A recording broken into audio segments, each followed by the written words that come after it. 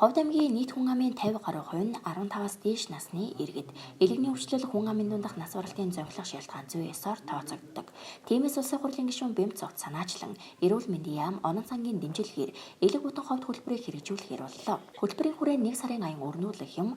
Аян Ховд аймгийн махан сумаас эхлэн хөдөөгийн 16 сумын иргэд элэгний ВЦ вирусын шинжилгээ өгөхөөс гадна вирусаа тоолуулах вакцинжуулалт эмчилгээнд хамрагдах юм. Сум орон нутгийг ард иргэдэд орчин үеийн янгаахын дэвшилтэт технологиг нэвтрүүлж улсын хэмжээнд үзүүлдэг төрөлцсөн нарийн мэргэжлэр үзүүлдэг тусламж үйлчилгээг хөдөөгийн ард иргэдэд үзүүлэх гэж байгаадаас туйлын баяртай байна. Тэгээ манхан суманд маань энэ аян маань 1 сарын хугацаанд үргэлжилнэ. За ингэж үргэлжлэхдээ бол элэгний ВЦ вирусыг газар дээр нь ард иргэдийн хэлдгээр вирус тоолох шинжилгээ хамруулж вирус илрээгүй ард иргэдэд бол вакцинжуулж дархлаажуулах ажлыг хийн. Дээр нь бол эрүүл мэндийн сургууль сурталчилгаа хийх олон талд хамтын ажиллагааг өргөжүүлэхээр хамтран ажиллаж байна. Манхан суманд амьдарч буй 15-аас дээш насны 2500 гаруй иргэний 1300 орчим нь элэг бүтэн Монгол хөтөлбөр хэрэгжиж эхэлснээс хойш эрт илрүүлэгт хамрагджээ. Үүнээс 78 иргэн вирустай бол 57 Ц вирустай байна. Эрүүл мэндийн яам, онон сан улсын хурлын гишүүн Бэмцогтын санаачлагаар ингээд хамтарч ажиллаад ямар ч байсан бид нар үр дүнд хүрнэ.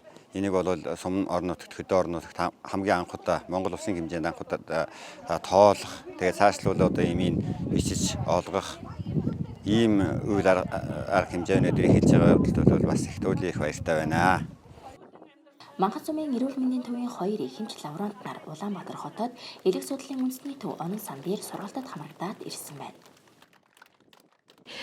Лаборант маань болохоор элэгний ВЦ вирусыг тоолох арга зүйг сурах сургалтанд 10 хоног 2 эмч маань элэгний ВЦ вирусын онцлогын эмчилгээний орчин үеийн удирдамжийн талаар элэгний төвийн эмч нарыг 10 хоногийн хугацаанд дагалдаж бүх мэдлэг чадвараа дээшлүүлсэн байгаа. Манхан суманд 11 сарын хугацаанд ерөнхийдөө элэгний ВЦ вирусыг тоолох ген эксперт гэдэг аппаратыг аваад ирсэн. Ерөнхийдөө үр дүнтэй байх юм бол ерөнхийдөө 21 аймгийн бүх сумуудад энэ үйл ажиллагааг явуулна гэсэн зорилготой байгаа.